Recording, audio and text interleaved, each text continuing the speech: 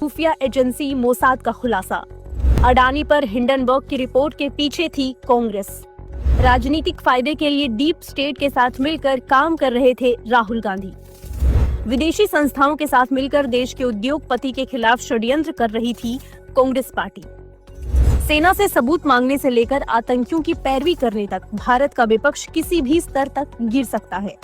और इसी तरह कांग्रेस के देश विरोधी नए षड्यंत्रों पर से इजराइल की खुफिया एजेंसी मोसाद ने कई बड़े खुलासे किए हैं।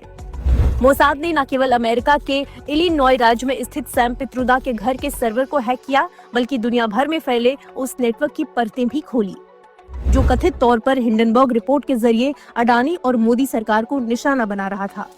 आपको ये सारा मामला शुरू से समझाते हैं। क्या थी हिंडनबर्ग रिपोर्ट?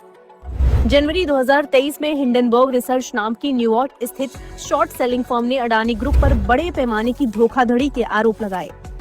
रिपोर्ट के बाद अडानी ग्रुप के 150 अरब डॉलर से ज्यादा की संपत्ति मिट गई और देश के शेयर बाजार में भूचाल आ गया। क्यों इजराइल के लिए अहम थी अडानी केस की जांच? दरअसल हिंडनबर्ग रिपोर्ट ठीक उसी वक्त आई जब अडानी पोर्ट्स इजराइल के सबसे बड़े पोर्ट हैफा में हिस्सेदारी खरीदने वाला था। डील 1.2 बिलियन डॉलर की थी और नेतन्याहू इस सौदे को भारत इजराइल के रणनीतिक रिश्तों का अहम हिस्सा मानते थे। हिंडनबर्ग की रिपोर्ट आने के बाद नेतन्याहू ने खुद अडानी से पूछा, ये रिपोर्ट आपके बिजनेस और इस डील को नुकसान पहुंचा सकती है। इस पर अडानी का जवाब था, सब झूठ है। लेकिन नेतन्याहू निश्चिंत नहीं थे। उन्होंने कहा, अगर आप कमजोर हुए तो हमारे पूरे प्रोजेक्ट पर असर होगा। मोसाद का सीक्रेट मिशन ऑपरेशन जेपेलिन।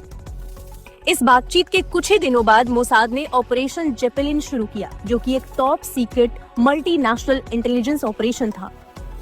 इसमें 2 स्पेशल यूनिट्स लगाई गई, जोमेट जो दुनिया भर से ह्यूमन इंटेलिजेंस इकट्ठा करती है और दूसरी केसेट जो साइबर इंटेलिजेंस यूनिट जैसे हैकिंग, सर्वेलांस और डिजिटल ट्रैकिंग में माहिर है। इस सीक्रेट ऑपरेशन के तहत क्या क्या किया गया? यूएसए, यूरोप, कनाडा और ऑस्ट्रेलिया में फैले नेटवर्क की ट्रैकिंग शुरू हुई। हिंडनबर्ग रिसर्च का न्यूयॉर्क ऑफिस, इसके फाउंडर नाथन एंडरसन और उनके डिजिटल कम्युनिकेशन पर कड़ी निगरानी शुरू हुई। सैम पित्रोदा के यूएस स्थित घर के सर्वर को हैक किया गया, जहां से कांग्रेस के अंदरूनी प्लान और कनेक्शन तलाशे गए। मई 2023 में राहुल गांधी और कथित हिंडनबर्ग सहयोगियों की पैलो ऑल्टो, कैलिफोर्निया में हुई मीटिंग पर विशेष निगरानी रखी गई। 353 पन्नों की जेपलिन रिपोर्ट में हुआ ये खुलासा। हिंडनबर्ग के पीछे कथित रूप से अमेरिकी डीप स्टेट, यूएस एड और ओसीसीआरपी जैसे अंतर्राष्ट्रीय संगठनों की फंडिंग थी। रिपोर्ट के अनुसार यूएस एड ने एंटी अडानी नैरेटिव को वेस्टर्न मीडिया में फैलाने में बड़ी भूमिका निभाई। नवंबर 2024 में ये डोजियर सिर्फ फ्रांस की एक वेबसाइट ने पब्लिश किया। स्पुतनिक की रिपोर्ट के मुताबिक इस डोजियर में बताया गया कि यूएस एड ने मीडिया में रिपोर्ट को बढ़ावा देने में अहम भूमिका निभाई। कई वकील, पत्रकार और थिंक टैंक सीधे या अप्रत्यक्ष रूप से इस मुहिम से जुड़े थे। नवंबर 2024 में डोजियर कुछ वेस्टर्न मीडिया हाउस को भेजा गया, लेकिन केवल फ्रांस की मीडिया पार्ट ने इसे रिपोर्ट किया। अडानी ने हिंडनबर्ग को भेजी लीगल नोटिस। इसके बाद दिसंबर 2024 में अडानी की लीगल टीम ने हिंडनबर्ग रिसर्च को चेतावनी नोटिस भेजा। लेकिन अमेरिका में सत्ता बदलते ही जनवरी 2025 में नाथन एंडरसन ने हिंडनबर्ग को भंग करने की सहमति दे दी, क्योंकि ट्रंप के राष्ट्रपति बनने के बाद उनका लीगल प्रोटेक्शन खत्म हो गया। अगर रिपोर्ट में हुए खुलासे को सच माने तो सोचिए, अपने राजनीतिक लाभ के लिए कांग्रेस और गांधी परिवार सीधे सीधे एक विदेशी संस्था के साथ मिलकर देश की सरकार, देश के एक उद्योगपति, भारत की आर्थिक तंत्र के खिलाफ सीधे सीधे षड्यंत्र रच रही थी।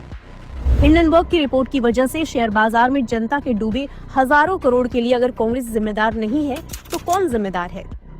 सोचिए, जो पार्टी विपक्ष में बैठकर देश के खिलाफ ऐसे ऐसे षड्यंत्र रच सकती है, अगर गलती से कांग्रेस सत्ता में आ गई तो विदेशी शक्तियों के साथ मिलकर देश का क्या हाल करेगी?